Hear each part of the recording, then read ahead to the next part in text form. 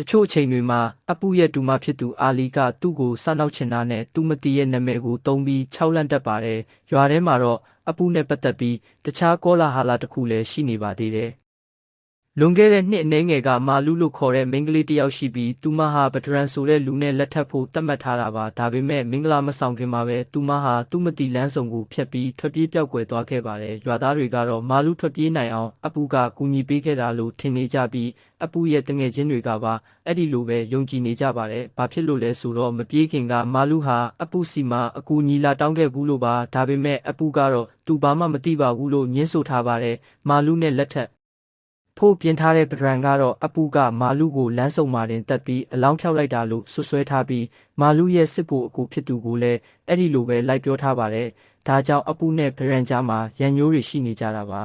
။လောလောဆယ်မှာတော့ရွာထဲမှာသူမတီရဲ့ဝိညာဉ်အေးချမ်းဖို့နဲ့ရွာသူရွာသားတွေအေးချမ်းသာယာရှိစေဖို့နှစ်စဉ်ကျင်းပမြဲဖြစ်တဲ့ပွဲတော်ကြီးတစ်ခုအတွက်ပြင်ဆင်နေကြပါတယ်။ရွာကချမ်ပန်ဆိုတဲ့ပယောဂဆရာကပဲအဲ့ဒီရကြတွေကိုလှုပ်ဆောင်ပေးတာပါ။သူဟာနေကင်းဘက်မှာအဲ့ဒီလမ်းဆောင်ကတစ်ပင်ကြီးစီကိုတွားပြီးသုံးခွလန်ဖျားမှာတံမြာသီးတစ်လုံးစိုက်ထားခဲ့ပါတယ်။နောက်ပိုင်းမှာအဲ့ဒီတံမြာသီးကနေသွေးတွေစီးကျလာတာကိုတွေ့ရပါတယ်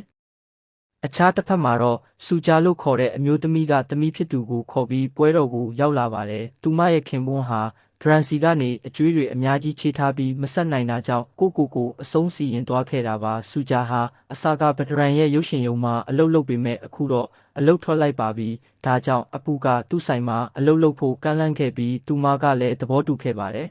။ညဘက်ပွဲတော်ထဲမှာတော့နာရီဒီလို့ခေါ်တဲ့တော်တွေမျိုးနွယ်စုဝင်တွေရောက်လာပြီးရိုးရာအကတွေကပြကြပါတယ်။သူတို့ရဲ့ဘိုးဘေးတွေကသူမတီရဲ့ဝိညာဉ်အစွမ်းတွေကိုအဲ့ဒီလမ်းဆောင်မှာပဲပိတ်လောင်ချုံနှောင်ထားခဲ့တာပါ။ကပြပြီးတဲ့နောက်အားလုံးကိုတီလာကနဖူးကွက်ရိုက်ပေးပြီးချမ်ပန်ကိုထုတ်ပိုးထားတဲ့အထုပ်တစ်ထုပ်ပေးကမနှက်ဖြန်မနှက်လမ်းဆောင်မှာတွားမြုပ်ဖို့မှာကြားပါတယ်။အပူကိုတီလာကရိုက်ပေးတဲ့အချိန်မှာတော့ကပြသူကတခုခုကိုခန်းစားမိသွားပြီးသူမနှင့်ကိုလာရှာလိမ့်မယ်ရောက်လာတဲ့အခါမကြောက်နဲ့လို့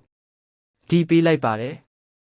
အဲ့ဒီနောက်ရွာနီးကျုပ်ဆက်ကနေပွဲတော်မှာဘုံလာတီးတဲ့မူရလီဆိုတဲ့လူငယ်တစ်ယောက်ဟာညာရင်းချင်းအိမ်ပြန်ဖို့လုပ်ပါတယ်။သူ့ရဲ့အဖိုးဖြစ်သူကလမ်းဆောင်မှာသူမတီရဲ့အနေရရှိတာကြောင့်မတော်ဘူး။ဒါပေမဲ့မူရလီကတော့ကောလာဟာလာတွေလိုပဲတတ်မှတ်ပြီးမနှက်ဖြန်တခြားနေရာမှာပွဲရှိသေးတာကြောင့်ထွက်လာခဲ့ပါတယ်။လမ်းမှာတယောက်နောက်ကလိုက်လာတယ်လို့ခံစားရလို့လှည့်ကြည့်တဲ့အခါပုတ်ပွားနေတဲ့အလောင်းတစ်ခုနဲ့လက်သေးရှည်ကြီးတွေရှိတဲ့တရဲမတကောင်ကိုမြင်လိုက်ရပြီးလန့်အော်ကတတိလစ်လဲကျသွားပါတယ်။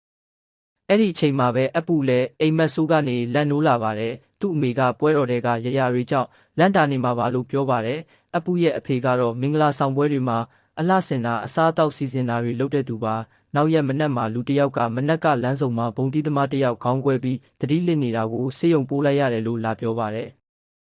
ရွာထဲမှာမင်္ဂလာဆောင်တစ်ခုရှိနေပြီးလူတိုင်းပျော်နေကြပေမဲ့အပူကတော့စိတ်မကောင်းဖြစ်နေပါတယ်။ဘာလို့လဲဆိုတော့သူတို့သမီးကသူတစ်ဖက်သက်ချစ်နေရတဲ့သူဖြစ်နေလို့ပါ။သူကအဲ့ဒီပွဲမှာအစားအသောက်လိုက်ကျွေးနေရတာပါ။အဲ့ဒီအချိန်မှာဘာရန်ရောက်လာပြီးအပူကြအောင်ရည်ရွယ်ချက်ရှိနဲ့တချို့လူတွေကလမ်းဆောင်ကိုညဘက်ဖြတ်သွားရဲတဲ့မာလူကိုတက်ပြီးမြုပ်ထားတာဘာတူလဲဆိုတာအားလုံးသိတယ်။အမှန်တရားကတနေ့ပေါ်လာမှာပဲလို့ရည်တဲ့ပြောဆိုပါတယ်။